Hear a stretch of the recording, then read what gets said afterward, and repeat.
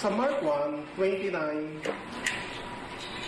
ang sabi dito is yung nagpalayas daw po, nagpagaling ang ating Panginoon. Nung nagpunta sila sa sinagoga, yung pong sinagoga is yung pong part of the temple ng ating Panginoon. Bago pa man po siya pumunta, in-invite nila Peter, Simon at si Andrew, ni Andres is nagpunta na po sila at nagpalayas na sila ng demonyo doon sa sinagoga. Pagkatapos in-invite nila Andres at na Simon dahil may pangangailangan sila. Dahil ang biyanan po ni Simon is inaapoy ng lagnat. So, in-invite siya at pumunta naman ang ating Panginoong Yesus. Sinabi na rin ni Jesus ang kalagayan at sinabi na rin kay Jesus ang kalagayan ng biyanan ni Simon. At ganoon na rin, dahil nga siyempre, iniisip nila Simon, even though na hindi nila sinabi ni Simon sa ating Panginoong Jesus, ang naging kalagayan ng kanyang biyanan is, kumbaga, may nag-intercede. May nagsabi na rin sa ating Panginoon na ang kanyang pong biyanan is nilalagnat. Kumbaga is yung, alam naman natin na ang ating Panginoon is all-knowing. Hindi pa man lamang sabihin sa kanya, alam na niya kung ano yung what is going on. Kaya ang ginawa ng ating Panginoon, nilapitan niya yung matanda at hinawakan niya ang kamay at binangon. Yun ang kagandahan ng kapag nasa Panginoon tayo, magkakaroon ng dagliang kagalingan ang ating karamdaman. Ano man ang karamdaman mayroon tayo, even though tayo ngayon ay napakalakas, nakikita natin, you are very healthy, masarap ang kinakain, matataba, malulusog, and yet, meron tayong karamdaman, mga kapatid. The most important na kapag tayo ay nakaka-encounter sa ating Panginoon is yung mayroong nababago. Kagaya nitong matandang ito, pumasok sa bahay ni Simon at ni Andres, ng ating Panginoon, at nadatnan niya is merong nakahilatang sa bed ng karamdaman. Na ang matandang ito ay ang siyang biyanan ng ating kapatid na si Pedro. Nagkaroon ng kagalingan at bumangon, kakara-karaka. Can you imagine that, kapatid? Pagkahawak pa lang ng ating Panginoon sa matanda is gumaling na kagad. Ang kagandahan ng yung mga kapatid, the good for that is nagkaroon ng kagalingan itong matanda dahil doon sa paghipo ng ating Panginoon. Lahat tayo inihipo ng ating Panginoon every now and then, mga kapatid. Hindi ko po tatanggapin na walang paghipo sa bawat isa sa atin ng ating Panginoon. Yung lamang kung makarinig tayo ng salita ng Diyos is isang paghipo, isang pagtawag ng ating Panginoon. God's presence, there is something happen and there is something good. Laging gusto ng Lord na may mag-intercessor. Kaya napaka-importante po yung makipag-intercede sa ating Panginoon. Kagaya po na minsan, meron tayong gustong hilingin sa isang kapatid na sometimes nahihiya tayo, gumagamit tayo ng mediator para ilapit sa kanila. Ang ating Panginoon is lagi po siyang gumagamit ng mediator.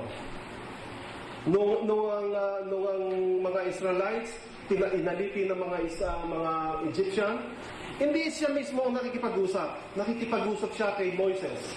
Inuutusan niya si Moises. Ganon din si kay Abraham. Inuutusan si Abraham. Gumagamit siya ng propeta. And even us, mga kapatid, right now, kung meron tayong gustong ipaabot sa ating Panginoon, lalo na sa mga leaders ng simbahan, itinagpe-favor ba natin sila? Inilalapit ba natin sila? O baka naman, puro criticize lang ang nakikita natin na sometimes may mga pagkakamali, meron pa tayong napupunan. Ang kagandahan po ng God's presence is nagkakaroon po ng mabuti ang bawat isa. Ang dating may sakit, he became servant. Naglingkod Siguro nung pagkagaling nito matandang to, kasi tumayo na daw siya at naglingkod. Paano po siya naglingkod? Habang nandun siya ang ating Panginoong Jesus, inisip ng matanda siguro na ipag-prepare siya ng something para sa Panginoon. Siguro nagluto ito, nag-asikaso, naglinis, nagbigay ng tubig, nagtimpla ng juice sa ating Panginoon. Tayo mga kapatid, once na tayo ay tumanggap sa ating Panginoon, naglilingkod ba tayo? Ang paglilingkod po ay hindi lamang po doon sa mga bagay na dahil inatasan ka. Ang paglilingkod po ay yung paglilingkod sa ating Panginoon. Hindi doon sa kapatiran. Everything na ginagawa po natin sa simbahan is isang paglilingkod po. Nung nakilala po natin ang ating Panginoon, dapat lang tayo po ay maglingkod. Hindi po natin tinanggap ang ating kaligtasan is just because na tayo ay ligtas na. It's just because na para mayroon tayong attendance dito. Na para, kumbaga sa is, hindi lang po tayo tinanggap at binigyan ng kaligtasan ng ating Panginoon para lang maupo. Para lang tumanggap ng pagpapala. Kagaya ng ginawa ng matanda, naglingkod siya sa ating Panginoon, Jesus. Inaasikaso ng siguro nung mga time na yun, mga kapatid, nung hindi pa dumating ang ating Panginoon at hindi pa ginaling itong matanda, siguro itong matandang ito is inaasikaso siya.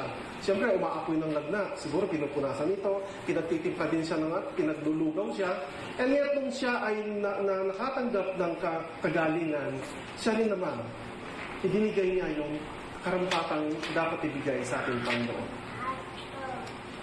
Obviously, ang ating kapatid na si Simon is may asawa. Dahil ang kasama daw po ni Simon Peter at ni Andrew sa bahay yung matanda. Kaya lang minsan mga kapatid sa ating mga common na nakikita at naririnig, yung mga matatanda is parang binabalwala. Marami mga bagay na gano'n mga kapatid. Yung katuruan po na sinabi po na sa Genesis 2:24, kasi marami po mga na-abandon na mga matatanda. Pero dito nakita po natin, si Peter Simon is kasama niya yung biyanan niya. In Genesis 2:24, ito ang dahilan kaya iniiwan ng lalaki ang kanyang ama at ina upang sumama sa kanyang asawa, sapagkat sila'y nagiging isa. Marami pong nakaka-misinterpret sa verses na ito mga kapatid. Ganun ba kapag ba nag-asawa ang isang anak? Basta na lamang bang iiwanan ng kanyang mga magulang? No matter kung itong matandang ito ay may sakit, no matter kung itong matandang ito is mag-isa na lang siya, no matter kung ito ay may rayuma, hindi na makakilos, no matter na mayroon siyang karamdaman. Dahil ang sinasabi daw ng salita ng Diyos is kapag nag-asawa daw po ay iiwan ang kanyang magulang at makikipag-isa sa kanyang asawa. Kasi ang sabi ng Biblia, iiwanan daw ang anak, ang ina kapag siya'y nag-asawa na, ihiwalay na kumbaga. Marami pong nakaka-misinterpret at minsan nakaka-discourage sa mga nakikita po natin na ang kanilang mga magulang ay ina-abandon nila. Look at Peter. Matanda na yung kanyang biyanan and yet pinabiling ko pa rin niya. I don't think na kapag ganon is yun ang gusto ng ating Panginoon. Inconsistent yata sa kind character ng ating Panginoon. Oo, salita nga ng ating Panginoon, pero dapat inibinabalance din po natin. Dapat nandun yung Spirit of the Lord. I don't think na gano'n na nga ang gusto ng ating Panginoon. Dahil kung gano'n is parang inconsistent ang mga karakter ng pagkakakilala natin sa ating Panginoon. Meron sa isang passage sa Biblia na meron daw kung isang passage sa Biblia na naglalakad ang ating Panginoon at nakasalubong niya yung matandang balo at nililibing niya ang kanyang anak. And sapagkat ito ay balo at matanda na, At tapos itong anak niya inililibing, yung kaisa-isa niyang anak na lalaki, ay namatay pa. So ang ginawa nga natin Panginoon is in-stop niya yung living, hinipo niya yung lalaki, at binigyan niya ng buhay. Para na sa ganon is nakikita ng ating Panginoon is yung matanda ay iwanan. Walang mag-aalaga, walang mag-aaruga.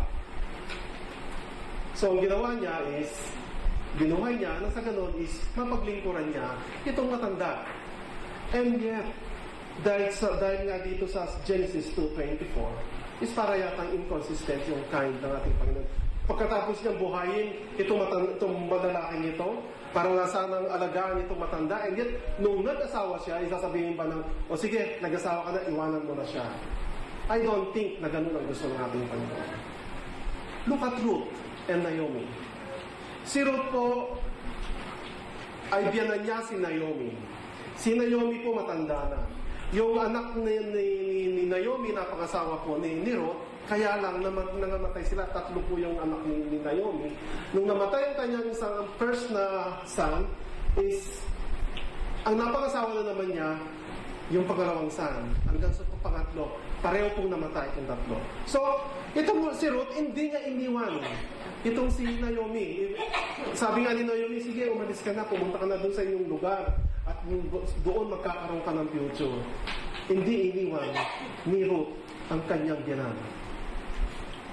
At kahit na minsan nakapag-asawa pa si Ruth, hindi pa rin niya iniwan si Naomi. Kaya nga po, inconsistent po yata kung ang karamihan, dahil dito daw po nakikita at naunawaan na kapag daw po nag-asawa, iiwanan ang kanilang mga magulang. Hindi po siguro gusto ng ating Panginoon na ganoon ang gawin, lalo na kung tayo mga Kristiyano. Look at the Lord Jesus Christ, our supreme and example sa ganitong senaryo. Nung siya po'y nabayubay sa krus ng Kalbaryo, at nandun si John at saka si Maria, ang sabi po niya, Lady, behold your son, and son, behold your mother. Dahil alam niya ng ating Panginoon, bagamat siya ay panganay sa kanila, at ang kanyang inaanahan ay may iwan, at yung mga kapatid niyang yung mga binatilyo, that time is hindi naman talagang mananampalataya. Kaya ang responsibilidad niya is ilagak niya si Maria sa kanya, kay John. Kaya hindi po totoo yung katuruan na nababalitaan natin na si Maria daw po ang siyang nag-alaga kay John. No. Sa Biblia po ang sinabi niya, si John po ay inaruga niya si Maria at dinala niya sa kanyang bahay. Dahil po nakikita po ng ating Panginoon na si John is may kakayahan sa buhay. Kaya sa kanya niya inilaga. Inuwi niya si Maria doon sa Ephesus na ngayon po ay bansang Turkey, at doon siya namatay na rin si Maria sa bahay mismo ni John. So hindi po totoo yung nababalitaan natin na inadaw po ng lahat ng apostol si Maria. No, siya po ay inilagahan ni John. Hindi po siya ang nag-alaga kay John. To correct lang po. So, kung ganon, mismo ang ating Panginoon ay hindi pwedeng pabayaan yung mga matatanda. Ito po ay nasa matanda pa lamang po tayo. Hindi pa tayo napupunta doon sa mga nagpapalayas ng mga demonyo. So, sa Mark 1:32-34, pagkalumpog ng araw, dinala kay Jesus ang lahat ng may sakit at ang mga inaalihan ng demonyo. At nagkatipon ang buong bayan sa may pintuan ng bahay. Pinagaling niya ang maraming may sakit, anuman ang kanilang karamdaman, at nagpalayas siya ng mga demonyo. Hindi inayang magsalita ang mga ito sapagkat alam nila kung sino siya. Nagpalayas daw po ang ating Panginoon, the God's blessing in God's presence. Kung daw po hindi naparito ang ating Panginoon, hindi makakapagpalayas ng demonyo. Pero dahil nandun siya, kaya po nakapagpalayas ng demonyo ang ating Panginoon. ang God's presence po is nakakapagpagaling, nakakapagbigay ng comfort, at nakakapagbigay ng pag-asa. Dito daw po, dito ngayon, sa kasalukuyan, may mga kasama po tayo mga baguhan. Kayo po mga kapatid na nandito ngayon na first time pa lamang maka-receive ng salita ng Diyos, hindi po kagaya po ng sinabi natin kapatid, hindi aksidente kung bakit kayo narito, kundi may plano ang ating Panginoon. Every one of us is may plano ang ating Panginoon. Kaya kung marinig natin ang salita ng Diyos, huwag na tayong magpatumpik-tumpik. This is our chance dahil meron po tayong chance to inherit the kingdom of God. Maraming gumagaling kapag ang ating Panginoon ay sumasa Kanya. At maraming nangangaligtas kapag sumasa Kanya ang ating Panginoon. Siguro kung hindi wala tayo sa ating Panginoon, I don't think na nandito tayo. I don't think gigising tayo sa umaga, magtsatsagang magpaypay dyan sa init kung wala tayo sa ating Panginoon. I don't think na hindi tayo makipag-participate sa ganitong klaseng gawain. Pero dahil sa plano at kagandaang loob ng ating Panginoon, that's why we are here to receive the blessings from the Lord. Ang nakakasumpong daw po sa ating Panginoon ay nagliliwanag ang isip. Ang mga taong nagdidilim ng isip. Nagkakaroon ng pag-asa ang walang pag-asa. Mga kapatid, hindi po kaila sa bawat isa sa atin na kung kapag wala tayo sa ating Panginoon, lalo na doon sa mga naka-experience na tinanggap niya talaga ang ating Panginoon, kakaiba ang buhay natin ngayon. Iba na, hindi na kagaya dati. Dati ganito ako, ngayon hindi na. Dati gusto ko ito, ngayon hindi na. May pagkakaiba kapatid, kapag ang ating Panginoon ay sumasa atin. Which is, nakakaganda sa kalooban ng ating Panginoon at sa kalooban ng ating kapwa. Can you imagine, dati kang manginginom, ngayon hindi na. Dati kang naninigarilyo, ngayon hindi na. Sa Facebook po, ipinakita po doon, merong isang nag-post, Chinese yata yung nag-post. Sinubukan nila yung isang lungs, is tinutukan nila ng hose, at nilagyan nila ng sipsit ng sigarilyo. Ang nakita is nangitim yung baga. Kaya imagine, ligtas tayo sa ganitong klaseng, nicotine-free na tayo, dahil Kristiyano tayo mga kapatid. Hindi po tayo mainit sa sigarilyo, but your body is the temple of the Holy Spirit. And yet, binibigyan natin ng sakit kapag tayo po ay naninigarilyo. Ganyan daw po ang taong nakakasumpong sa ating Panginoon. Yung ang dating spirit na nasa atin, na nagdidikta sa atin, ngayon iba na. Ang banal na espiritu na ang siyang nangunguna sa buhay natin. Ganyan talaga. Kapag daw po, kagaya ng nangyari, nung nabalitaan nila ang ating Panginoon ay nagpagaling ng mga may sakit, lahat ng taong bayan is nagpunta na doon sa pintuan nila Peter Simon at doon naghintay sa ating Panginoon para pagalingin. At mga dinala nila pati yung mga inahalian ng mga demonyo. Kaya ang dapat tayo rin ay nakikisalamuha at nakakapagpalayas po tayo ng demonyo. Paano daw po tayo nakakapagpalayas ng demonyo and even though na tayo po ay wala namang inaalian ng demonyo rito? Mga kapatid, bago po pumunta ang ating Panginoon kay Simon is nagpalayas po sa sinagoga. Sa sinagoga po, yun po yung isang parte ng templo. Pinaka-templo na mismo. Kumbaga, merong siguro religious leader ito o kaya isang mananampalataya dumadalo and yet natuklasan nasa kanya pala ay inahalian siya ng demonyo. Pag naman tayo dito, hindi naman tayo inahalian ng demonyo physically, but we are influenced by demons. Kinokontrol tayo ng evil. Hindi po tayo pinapasukan, pero tayo ay nai-influence. Malay ninyo, pakitignan nga ninyo ang inyong mga katabi. Yan ba ang influence of the evil one? Di ba? Na-influence tayo mga kapatid. Sometimes, religious leader, sometimes, mananampalataya, and yet, we are controlled by the evil one. Makapag makareceive ka ng salita ng Diyos, tanggap dito, labas doon. Nireview ka ng kapatid, nagalit ka pa. Brad, masama yan.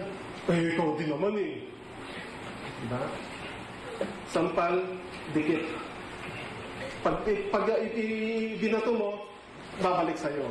Kaya, maganda na rin yung sometimes na titignan mo muna ang ating sarili bago tayo mag-review. Baka naman review tayo ng review, kaya ikaw din pala, tayo din pala ginagawa natin. Eh talagang babalik nga talaga sa atin. Kaya, be sure, pero alam niyo mga kapatid, mas maganda kung tayo nire-review ng isang kapatid, even though na alam din natin na meron din siyang kaliwaling ginagawa, tanggapin na rin natin. Kasi hindi ka naman niya i-review kung hindi niya tayo mahalin. Di ba? Mga kapatid, ay yung palalahanin mo yung isang kapatid, ako maganda yung may nagpapaalala sa akin. Kasi alam ko na may concern ng kapatid. Pero mga kapatid, ang pagpapalayas po ng demonyo, hindi yung physically demons possess, kundi sometimes yung mga kapatid natin na hindi pa tumanggap sa ating Panginoon at pinipigil-pigil ang umaten, that is the demon. Ang evil one, ang siyang umahadlang para hindi ka makarinig sa salita ng Diyos. Kaya maraming salamat sa mga kapatid na nandito. Hindi sila nagpapigil at walang pumigil sa kanila para hindi sila makapunta rito, makareceive ng salita ng Diyos. Kasi isa lang naman ang pagpipilian natin mga kapatid.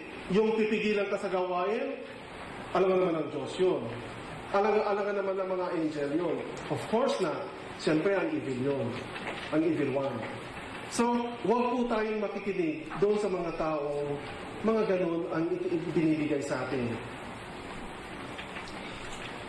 The Lord Himself is binigyan niya yung availability niya sa mga taong gustong makasalamuha siya.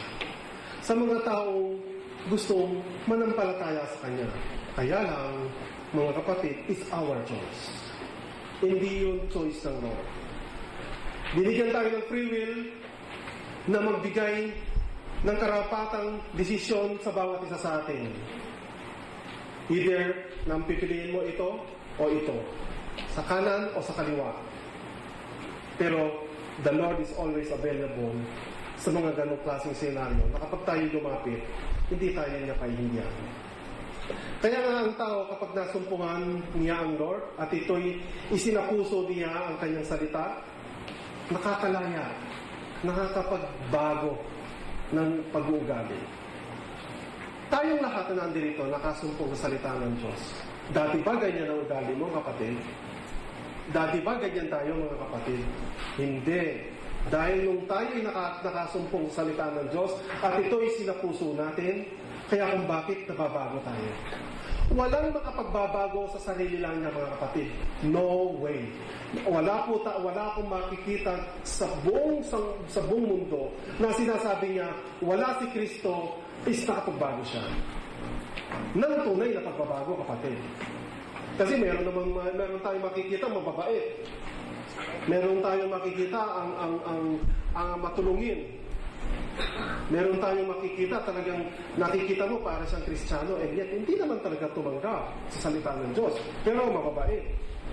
Pero hindi po yun ang ibig natin sabihin ng kabaitan. Ang kabaitan po na sa Christianity is yung tinanggap niya ang ating Panginoon at ang kanyang kabaitan is nakasalalay lang sa pananampalataya ng ating Panginoon at bunga ng kanyang pananampalataya ang kabaitan. Kasi ang kabaitan ng ibang tao is yung gumagawa siya ng kabutihan dahil doon sa kanyang kaligtasan. Para siya ay kalugdan ng Diyos. Para siya ay may mapuri sa kanya ang kapwa. Hindi. Kristiyano is gumagawa ng kabutihan no matter what. Tumutulong hindi humihingi ng kapalit. Tumutulong, bibigyan ng kabutihan, hindi doon sa kaligtasan, kundi bunga lamang ng kaligtasan. Yan po ang isang mabait na sinasabi natin dito, pinag-uusapan natin. Ganyan ang nangyayari sa mga taong nakakasumpong sa Panginoong Yesus. Ngayon, nakita natin ang gawain ni Yesus. Tignan naman natin, papaano naman ang mga Kristiyano sa buhay ng kanyang kapwa. We claim that we are a Christian. Amen ba tayo, mga kapatid, that we are a Christian? Amen ba tayo? Yes. So therefore, you are a mumunting Kristo. Because God of the Christian is to bring Christ-like. Dapat daw po tayo mga mumunting Kristiyano, mga mumunting Kristo. Tayo, we are claiming that we are a Christian, so ibig lamang sabihin, ang pinaka role model natin si Kristo, dapat kapag ang role model natin ang siyang sinusunod natin, makikita natin doon sa katauhan natin ang pagiging Kristo. Right now, sa John 14:12, sinasabi ko sa inyo, ang nananalig sa akin ay makakagawa ng mga ginagawa ko hatigit pa rito, sapagkat pupunta na ako sa Ama. Christians should be also a powerful dahil to be a mandated, to be authoritative, at inaasahan na makakagawa po tayo ng great works patungkol sa ating pananampalataya. Inaasahan sa isang Kristiyano na makakagawa ng higit pa sa ginagawa ni Kristo. Can we make a great than the Lord Jesus Christ? Siguro sa kapangyarihan, hindi. Siguro dun sa perfection is hindi pa siguro dahil nandito pa tayo. But mahihigitan pa natin yung ginawa ng ating Panginoon kung tayo ay magpapagamit sa ating Panginoon. In terms of in the context of time, siguro mas mahihigitan natin ang ating Panginoon sa mga ginawa niya. Papaano? Ang ating Panginoon is 3 years lang po siyang naglingkod sa ministry dito sa lupa. Tayo, kung mabubuhay tayo ng hanggang 60, 70, talaga nga naman mahihigitan natin ang ginawa ng ating Panginoon.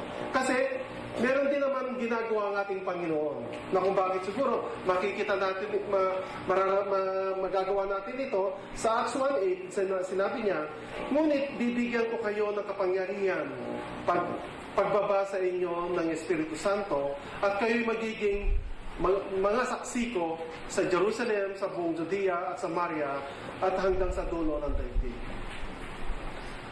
Dahil ang banal na Espiritu ang siyang mag-iindwell sa atin. Kaya nga kung bakit, mga kapatid, the impossible will become possible. Ang sabi ng ating Panginoon, kung kayo may mga pananampalataya na napakaliit lang ng parang mustard seed, sabihin ninyo doon sa bundok, lumipat ka at lilipat yun. The ibig sabihin is, the impossible, it will be possible. Sometimes nakikita po natin ang mga bagay sa buhay natin. Sa buhay natin makikita minsan na napaka-imposible na gagawa natin. Bakit? Kasi nga, kung meron tayong pananalig sa ginagawa natin, magagawa natin yan. Walang imposible na kapag ang ginawa, gusto mong gawin, is kapag pinag-aralan mo yan, hindi mo magagawa. Napaka-imposible mo, kapatid. Pag sikapin mo, gawin mo yan, magagawa mo. Noong pong hindi pa ako nagdadrive, takot na takot ako sa pagdadrive. Ang sabi ko, para yatang hindi ko kaya. Para yatang natatakot ako kasi kapag nakakita ko na aksidente. Pag nakakita ko nakukulong dahil sa aksidente. So parang nagkaroon akong phobia. Pero sabi ko, I challenge myself kasi nakikita ko, bakit itong batang to nagdadrive? Bakit itong babaeng ito nagdadrive? Paano pa ako? Hindi pa ako makakapag-drive? Bakit sila nakakapag-drive? So ganun. Magagawa mo yung isang bagay kapag pinag-aralan mo at naniniwala kang makakaya mo, magagawa mo. Kasi minsan doon po tayo nagkukulang, mga kapatid. Doon tayo nagkukulang. And even po, doon sa mga kanya-kanya nating buhay, na sometimes, hindi ko kaya yan kasi hindi naman ako ganito kasi hindi ako engineer, kasi hindi naman ako nurse, kasi hindi naman ako cook, kaya magtsaga na lang ako sa kapsa. Pero hindi, mga kapatid, Anything na gusto nating gawin in our faith, magagawa natin to. Without faith, it is impossible. Nga naman. Magkakaroon daw po tayo ng great power kung nananatili tayo sa ating Panginoon. At yun is ipinangako niya. Hindi po sinungaling ang Diyos. Kaya lang, sometimes, nasusukat na rin sa atin kasi na hindi naman talaga natin ginagawa. Wala tayong ginagawa sa buhay natin.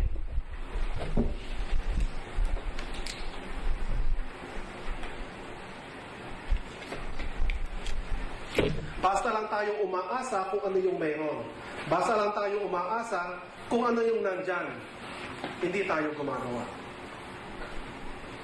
Mga kapatid, sinasabi ko at sinasabi ng Biblia na kung ano man ang gawin natin to the full of faith. Sabi nga ng ating Panginoon if you remain in me and my words remain in you, ask whatever you wish shall be given unto you. Kung ang salita ko ay nananatili sa iyo at ikaw ay mananatili sa akin, hilingin mo ang lahat ng iyong maibigin, ipagkakaloob ko sa iyo. Kaya lang hindi. Ang nangyayari kasi, hindi tayo nananatili. Nananatili lang tayo doon sa sarili natin. Kung tayo po, mga kapatid, i-aim natin na mag-alaga lang ng isa, kagaya ng mga kapatid natin na nandirito, maraming salamat sa mga kapatid natin na nag-i-invite sila for the Lord, at alam natin na iba, kung hindi nila tanggapin ang ating Panginoon na tagapagligtas ng kanilang buhay, ay bubulusok sila sa dagat-dagat ng apoy. Alam natin yun. Alam natin ang katotohanan at ang katotohanan lang siya magpapalaya sa atin. Ang sabi po ng salita ng Diyos, except a man be born again, he cannot see the kingdom of God. Except a man be born again, he cannot see the kingdom of God. Maliban na ang isang tao ay hindi pagharian ng Diyos, maliban na ang isang tao ay hindi magsisis sa kanyang kasalanan, maliban na ang isang tao ay hindi tanggapin ang ating Panginoon doon sa krus ng Kalbaryo nang siya naging kabayan ng kanyang kasalanan, hindi siya makaka-inherit at At maraming salamat. Meron tayong mga kapatid na patuloy na nag-i-invite at kung tayo na nandirito ay isa-isa nag-i-invite at inaalaga natin ito. We are 56 person na nandirito mga kapatid. Next month, 2 months, 3 months, 100 tayo. Di ba mga kapatid? Kung tayo ay concerned lang, at kung tayo ay kumikilos, at kung tayo ay gusto magpalayas ng mga inaalihan o hindi man inaalihan, at nai-influensyan ng mga evil, at yan ay dinala natin sa paanan ng Diyos, at makakasama natin ito, at tayo ay isa-isa magkakaroon, 56 tayo, 112 tayo by next month, by 2 months, or 3 months. Kaya mga kapatid, kung gaano kasidi ang ating Panginoon na magpalayas ng mga demonyo sa mga inahalihan, at kung paano magpagaling sa mga may sakit, at kung paano magpagaling spiritually and emotionally, dapat kung tayo ay mumunting Kristo, tayo dapat ganito din makipag-isa tayo sa ministry ng ating Panginoon. Gaano karami sa atin na nandirito na ginagamit ang power at kapangyarihan? Gaano, kapatid? Nagagamit ba natin? O meron ba tayong kapangyarihan? Prayer is the backbone of our Christianity. Sa pamamagitan ng mga prayers, nagkakaroon ng power. Dahil kapag tayo nanalangin at in-answered ng ating prayer, there is a power. Hindi dahil sa atin, kundi sa Panginoon. Kaya kung bakit ang prayer is napaka-effective mga kapatid, dapat pinagpe-pray natin ang bawat isa sa atin na nandito. Ipinagpe-pray din natin ang buhay natin. Ipagpe-pray natin kung sino-sino sa mga kamag-anak natin, sa mga kakilala natin. Mga kapatid, dapat makipag-isa tayo sa layunin ng ating Panginoon. baka naman hindi tayo nakipag-isa. Sa Mark 16 verse 17-18, mga sumasampalataya ay magtataglay ng ganitong tanda ng kapangyarihan sa pangalan ko'y magpapalaya sila ng mga demonyo at magsasalita ng ibang wika. Sila hindi maano dumampot man sila ng ahas ay uminom ng lason at gagaling ang mga may sakit na mapatungan ng kanilang mga kamay. Kapangyarihan ang ipinagkakalupo sa atin, mga kapatid, ng ating Panginoon. Sa mga Kristiyanong mananampalataya, kapangyarihan ang ipinagkakalob sa atin. Kaya lang dapat ginagamit namin ito. Gaano ba sa atin karami dito na ginagamit talaga ang kapangyarihan nito? Hindi naman natin susubukan ng Diyos. Baka naman pumunta tayo subukan nga natin ang Panginoon. Pagka ako'y mananampalataya, tignan ko nga, kuha nga ako ng isang ahas, magpatuklaw ako. Ang sabi kasi is, sa Mark 16 is kapag hindi daw ako hindi ako malalason, hindi ako tatablan. Mga kapatid, si Paul, kung tayo po talagang tunay na gustong makakita ng pruweba, si Paul, nung daw pong nagkakaroon siya ng mission at naglalayag sila, nagkaroon ng biglang ng bagyo, nasira ang kanilang sinasakyang bangka. At napadpad sila sa isang pulo. At doon, nagsiga sila dahil napakalamig.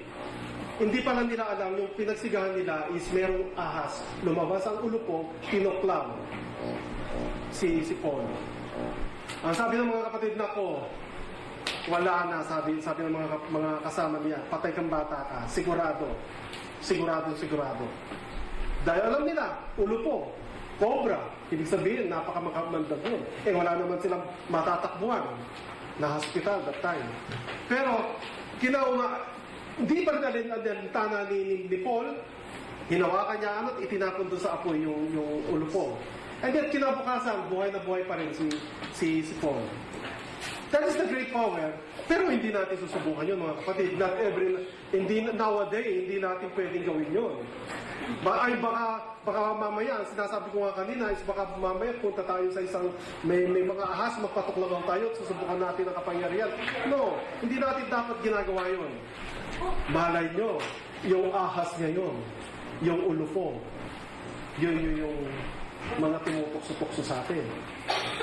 Diba? Yung baka malay nyo, yung ulupong na ito, yung si Satanas na tutos-tukso, yan ay mga napakagwapong lalaki. At yun ay mga napakagandang babae na tutukso-tukso. Of course, hindi gagamitin ni Satan ang kabuka ni Ahuray, hindi papansinin yan. Mahalin natin, mga kapatid, yung mga tukso-tukso nito, hindi na yung mga ahas na binabanggit dito, kundi yung the evil spirit na pinag-uusapan kanina rin. Di ba? Yan ang mga evil na mga cobra sa buhay natin. Sino ba yung mga cobra sa buhay natin? Sino ba yung mga yan? Dapat kilalanin natin yan. Dapat pinapalayas natin yan, mga kapatid.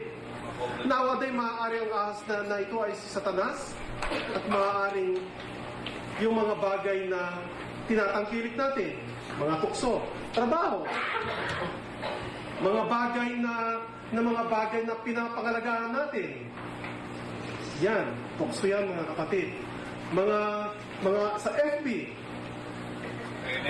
pagbibigay ng mga cellphone, pagchat-chat, malay natin, nandyan ang tukso. Mga ulupong yan sa buhay po natin, mga kapatid. Every tukso, mako-consider natin, yan ang ulupong sa buhay natin. Yan ang kamandag. Pero, dahil nandito tayo, puno-puno tayo ng Espiritu ng ating Panginoon, wala yan. At si Satan, wala yan. Dahil napagtagumpayan na natin ang mga bagay na kasalanan sa mundo. Mga kapatid, kung tayo ay nasa Panginoon, napakalaya at napakagaan iwasan ang kasalanan. Kaya lang kapag wala tayo, mahirap. Ako na nagsasabi yung mga kapatid. Napakahirap umiwas sa tukso kung wala tayo sa Panginoon. Kaya dapat keep the fire burning with the Lord. Kailangan maging matalino tayo. Sa pag-i-interpret po, kagaya po kanina, yung pag-i-interpret po na hindi lahat ng bagay is na makita po natin sa Biblia is puro literal. Baka nga po, subukan natin Sabi nga ng ating Panginoon, huwag daw po natin susubukan ng ating Panginoon dahil is a blasphemy to test the Lord. Meron naman po mga literal na bagay at mga symbolic, mga kapatid, na tinitingnan natin, and even na yung pagkamatay, marami daw pong klaseng mga pagkamatay. Namamatay po tayo spiritually, namamatay po tayo physically. Dahil po sa mga nangyayari po, doon sa pagtrato ng ating Panginoon sa buhay po natin, is yung, kumbaga manampalataya lang. Maging sandigan lang po natin ang katotohanan. At ang katotohanan pong ito ang siyang magpapalaya sa atin. Ang isang taong patay po sa Espiritu, maraming klaseng patay sa Espiritu. Marami pong klaseng patay. Lumabas po tayo dito, makisalamuha po tayo, buhay na patay ang makikita po natin. Lalabas tayo, pupunta po tayo sa mga mall, magpipindot po tayo ng elevator, ang mga kasama natin, buhay na patay yan. Kapag po ang isang tao, hindi niya tinanggap ang ating Panginoon bilang tagapagligtas, sa tingin ng ating Panginoon, patay ang espiritu ng tao. Kagaya po nila Ebatadan. Sabi ng ating Panginoon, huwag niyong kakanin ang bunga ng halaman doon sa gitna ng halamanan at kayo mamamatay. Pero kinain naman nila, hindi naman sila namatay. Pero bakit? Meron pong namamatay sa kanila ang espiritu. Kaya kung bakit pinalaya sila Ebatadan na dahil namatay sila spiritually, sa paningin ng ating Panginoon, patay sila. And of course, may katugunan po yung kamatayan talaga. Dapat ang tao hindi namamatay dahil sa kasalanan, dalawa ang namatay sa kanila. Physically, namatay sila. Dapat ang original sa atin, hindi tayo namamatay, kagaya ng ating Panginoon. Eternal dapat tayo. Wala sana ang hell. Kaya lang, dahil sa kasalanan, kung bakit na-rebuild ang hell. Kagaya ng pinag-uusapan natin kanina sa Bible study, ang mga hindi mananampalataya, pupulusok sa infierno. Kaya nga po sila Ebatadan, physically hindi naman sila namatay, pero spiritually, sila ay nakapagpalayo sa ating Panginoon dahil yun ang namatay sa kanila. Ganon din ngayon sa mga taong nakakasalamuhan natin. Bagamat hindi sila patay, pero nakikita nating patay ang espiritu nila dahil hindi pa nila tinatanggap ang salita ng ating Panginoon. Kailangan maging matalino po tayo sa pag-i-interpret ng salita ng Diyos. Mayroon naman hindi naman literal na ginagamit at symbolic lang. Kagaya po ng I am the way. Yan, symbolic lang po yan. Siya ang daan. Baka naman titingin tayo kung nasaan yung daan. I am the door. Baka naman mag-adapt tayo ng door dyan. No, yun po is mga symbolic lamang po. Matthew 10, 7-8, humayo kayo at ipangaral ninyo na malapit na maghari ang Diyos. Pagalingin ninyo ang mga may sakit at bubuhayin ang mga patay. Pagalingin ninyo ang mga may ketongin at palayasin ang mga demonyo. Yamang tumanggap kayo ng walang bayad, magbigay kayo ng walang bayad. Nowadays, hindi naman po actually demon-possessed ang nakakasalamuha natin. They are demon influence, demons control, and supposedly, the presence of Christian should give healing of the sick. Dapat nakakapagbigay po tayo ng kagalingan. Kapag daw po napunta tayo sa isang bahay, dapat kung mayroong mga problema doon, pag alis natin, nagkakaroon ng kaayusan. Kapag nagpunta po tayo sa isang grupo, hindi nagrarambol-rambol pagdating natin. Dapat umaayos. Kapag po may problema ang isang kapatid, nagpunta tayo, nasusolusyonan ang problema. O baka tayo pa ang nagiging problema sometimes. Di ba? Tayo ba ang nagiging problema? Of course not. Dapat hindi. Tayo ang peacemaker, kapatid. Dapat tayo ang nakakapagpagaling doon sa mga may sakit. Kung may problema ang isang kapatid, hindi mo nang sususulampayan.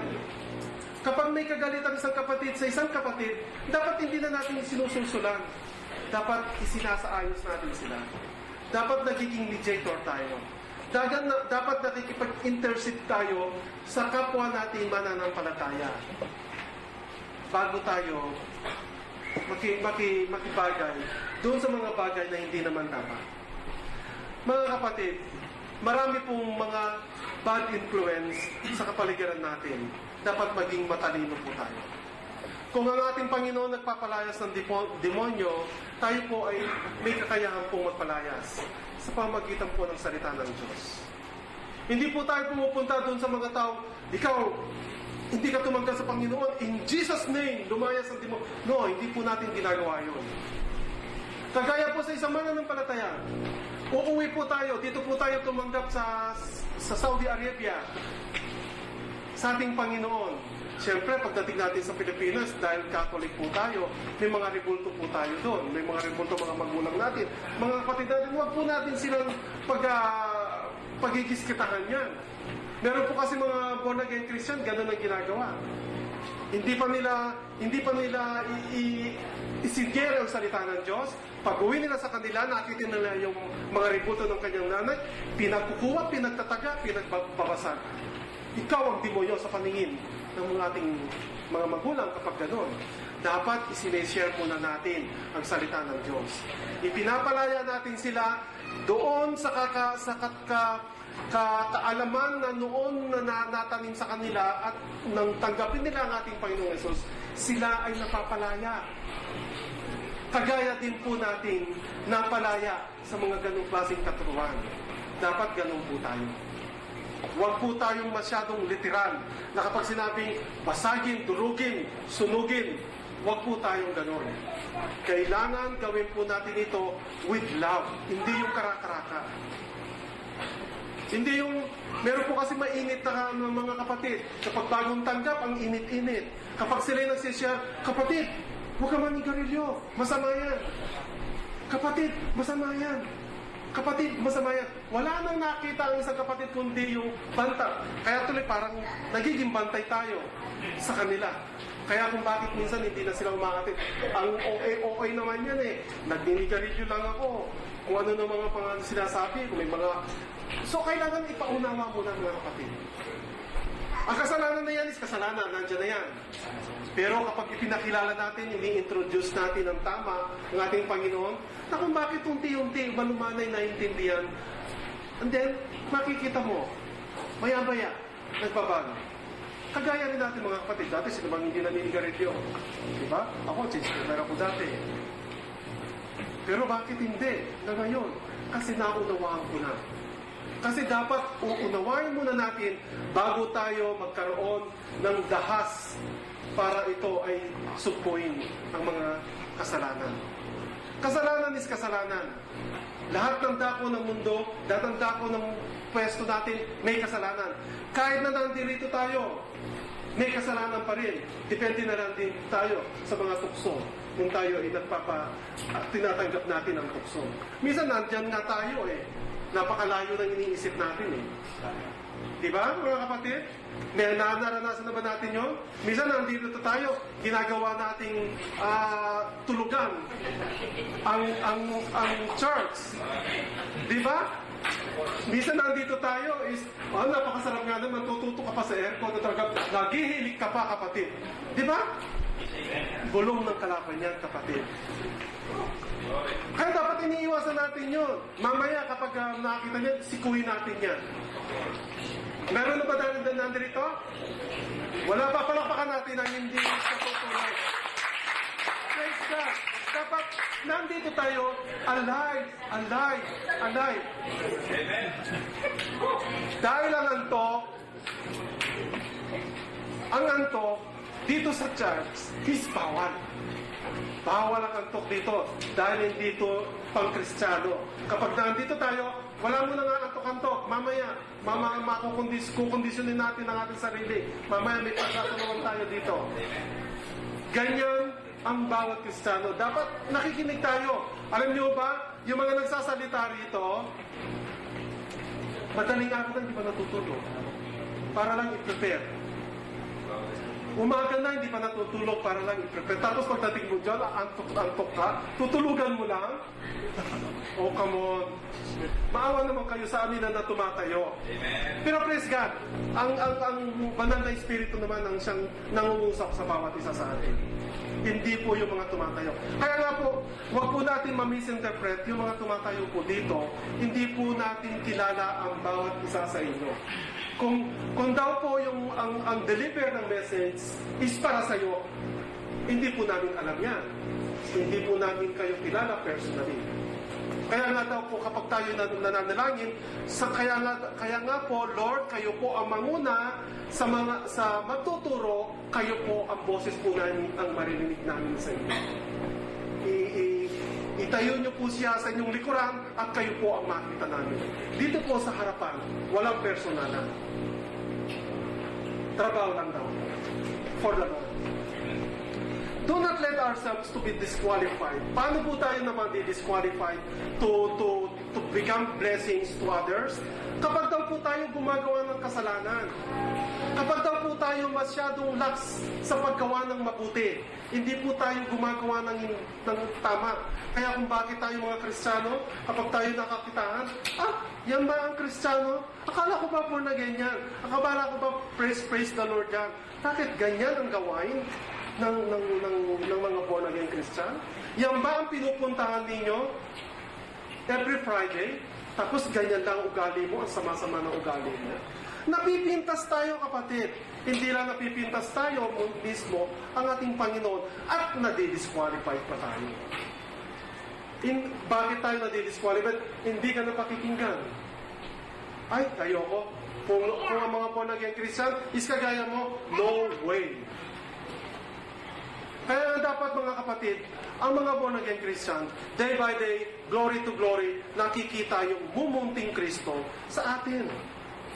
Na ang magpapatunay na itong pinupuntahan natin dito sa istiraha is kapakinabangan sa mata ng nakakarami. Kaya dapat be aware po tayo doon sa mga makikita. Wala daw po tayong pakialam. Of course, wala tayong pakialam. Kung hindi natin, at hindi po dapat naririnig sa atin nung wala tayong pakialam. Dapat may pakialam tayo, mga kapatid. Kung paano nakialam sa buhay po natin ng ating Panginoon, vice versa, ganun din po tayo. May pakialam po tayo sa kapitbahay natin. May pakialam po tayo sa co-office mate natin. May pakialam po tayo sa mga kaibigan natin.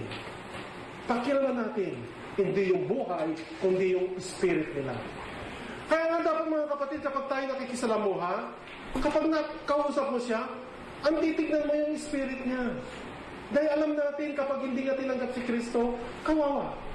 Kawawa mga kapatid. Maraming salamat, tinanggap natin ating Panginoon at hindi na tayo pupunta doon.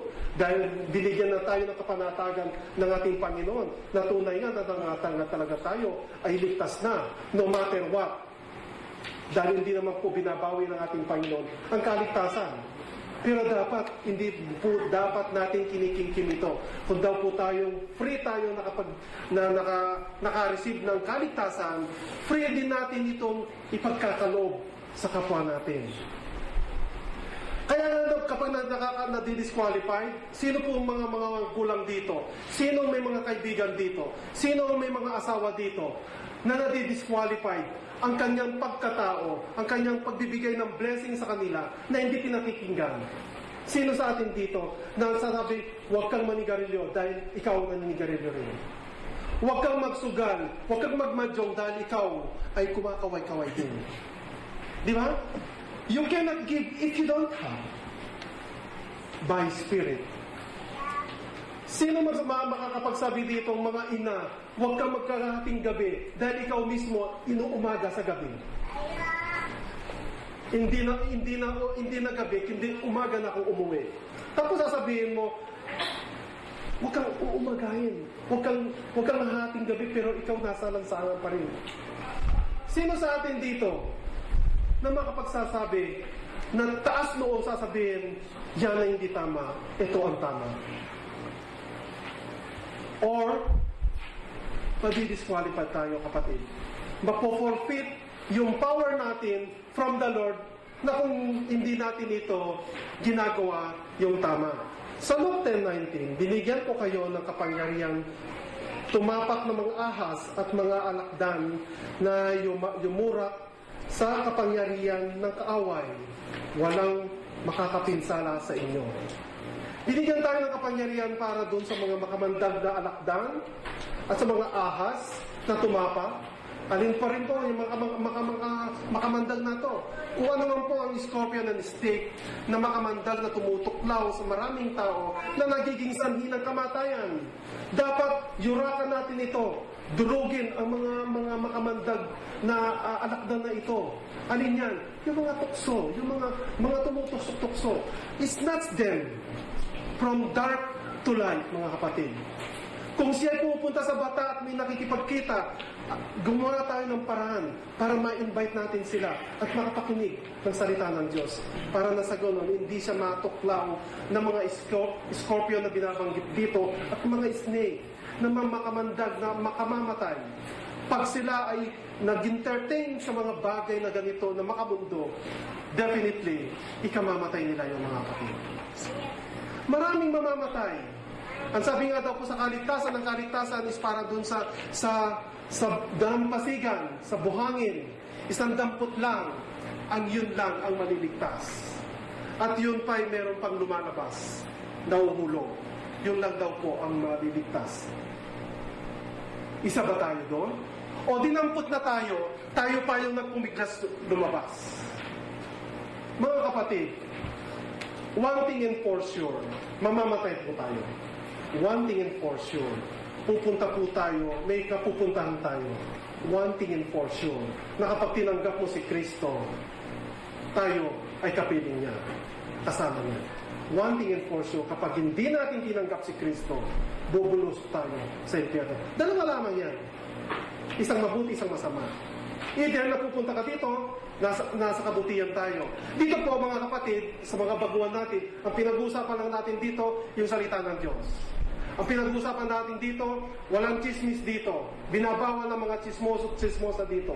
At kapag may mga chismoso rito, pinagpe-pray yan na sana magbago.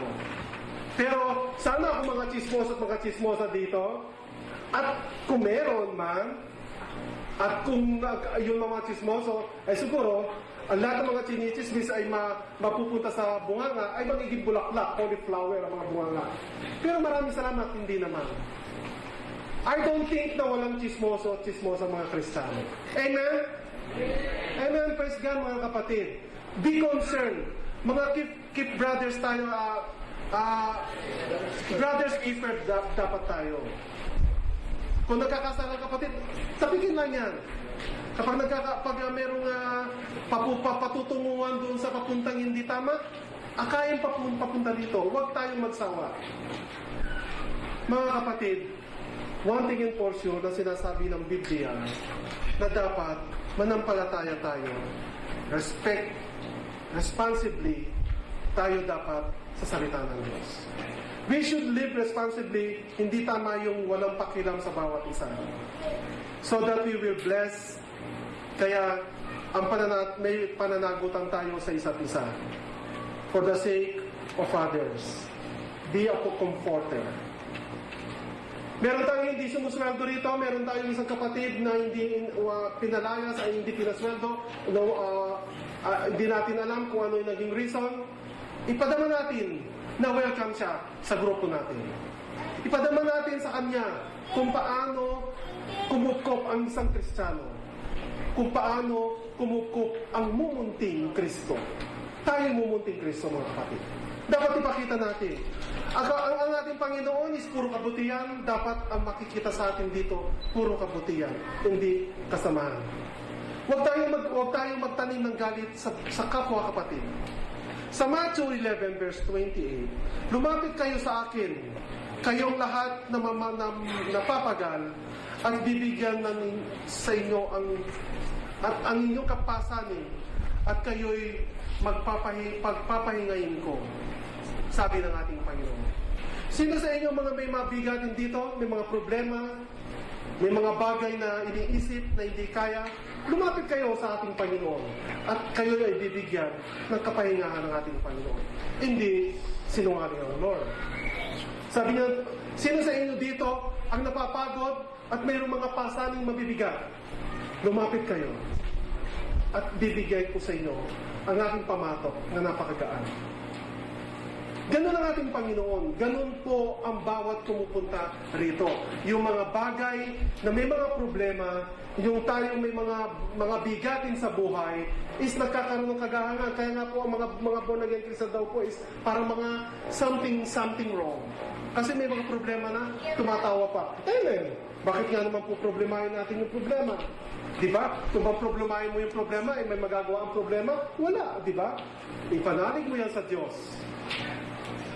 Ipanalig mo yan sa Diyos. Kaya nga ako yung taong kapag may problema, hindi yung nararatel. Leave it to the Lord. Stand firm. Tingnan natin kung ano yung magagawa ng Diyos. Gawin mo yung humanly possible, and then, huwag mo na problemahin yan. And then later on, makikita, masusolusyonan niya. Kahit naman hindi mo solusyonan yan, masusolusyonan yan eh. Kaya lang, sometimes, yung mga tao kasi, mabigat na nga yung problema, binibigat pa ng problema, at iniintindi pa yung problema, kaya makikita mo, nasa kanya ang lahat ng problema. Tawanin mo yung problema, totoo yun kapatid, bumabata ang tumatawa sa problema. Sino ba yung mga bata rito? Tingnan mo, 40 na, parang 35 years old pa lang. O diba? Tingnan mo si Kuya, si Kuyang nakapula, si Kuya William. Alam niyo ba, yan ang pinakamatanda natin dito, pero parang kapatid lang natin siyang kapantayan. Diba? Ako, tingnan niyo ang aking itsura. Matanda na rin din po ako. Pero, okay na rin yun. Okay na rin yun. 2 Corinthians 5:20, kaya't ako'y sugo, ambassador. Sugo, sa English po, ambassador, ni Kristo. Parang ang Diyos na rin na namamanik sa inyo sa pamagitan ko. Makipagkasundo kayo sa Diyos. Ang sabi ng ating Panginoon. We are the ambassador of Christ. Can you imagine? Sasabihin ng ating Panginoon, ambassador ko kayo. Alam niyo ba ano po yung katungkulan ng ambassador? Ang ambassador po is parang ang Philippine Embassy rito. Ang ambassador is siya ang pinaka-representative ng presidente natin sa Pilipinas. Ang ambassador po is nagkakaroon siya ng diplomatic immunity. Hindi sakop ng Saudi Arabia ang ambassador. Walang pakialam ang Saudi Arabia sa embassy natin dahil ito ay territory ng Pilipinas. Walang pwedeng humuli sa ambassador dito kahit sila pa yung mga pulis. Hindi nila pwedeng, meron silang diplomatic immunity dahil sila sa tingin nila ay taga-Pilipinas pa rin sila. Territory pa rin ng Pilipinas. Kaya nga po kapag pumasok kayo sa embassy, nasa Pilipinas, ang feelings natin is nasa Pilipinas tayo. Walang pwedeng pumunta doon pulis sa inyo para hulihin ka kung hindi kayo ibibigay ng mga nandoon sa embassy. Dahil doon sa pader na mismo, sa inside niyan, Philippine territory. Ganun tayo kapatid. Yun is humanly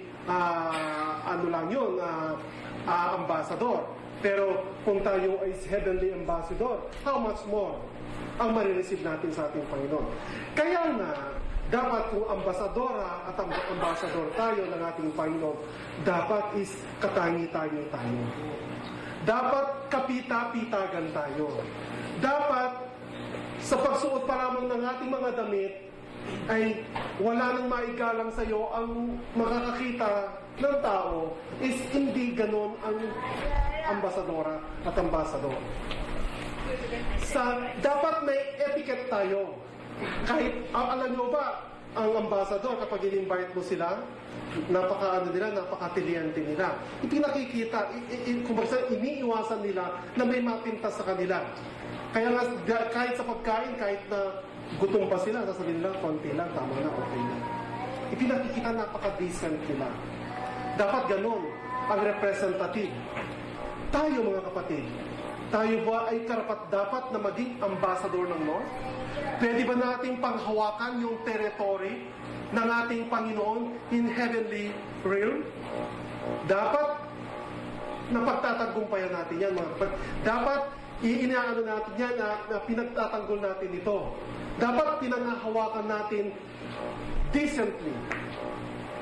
Hindi yung kapatid nakakahiya, yung tinatanggihan ka ng karamihan kasi mahirap matanggihan kasi hindi ka nagbabayad ng utang. Kasi nangungutang ka, hindi ka nagbabayad.